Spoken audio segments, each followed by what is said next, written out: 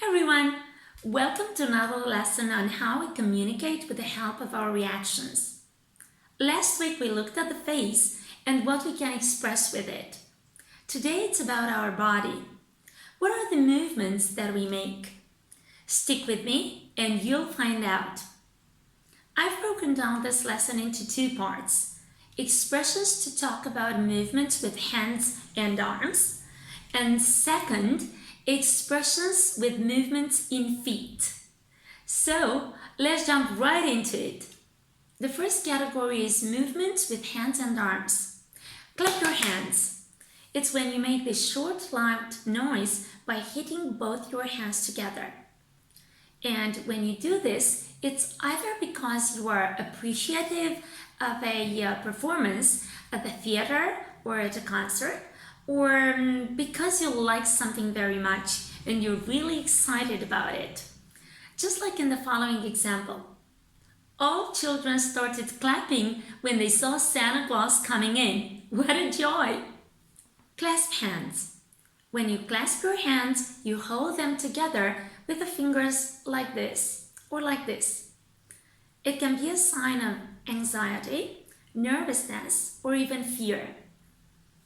She said nothing more, just clasped hands and sighed.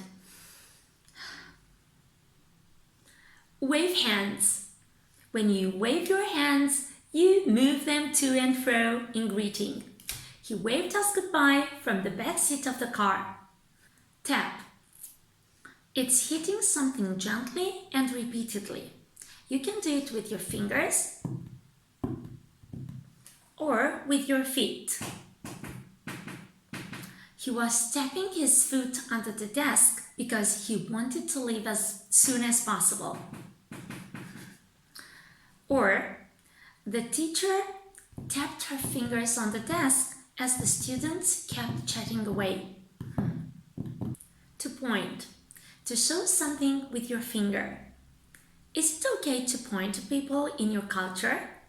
I'm really curious to know that, so please write to me in the comments. To stretch out. It means to put out your hand so you can reach something. Little Ronnie stretched out his hand to take the candy. Yummy! The last expression used with hands and arms is nudge. If you nudge somebody, you push them gently with your elbow. And you do that because you want to get their attention. Hey, check this out! Isn't this blouse a good buy? Time to move on to the second category, movements with our feet. The first expression is stamp. When you stamp your feet, you are rather angry because you just put your foot down on the ground really hard.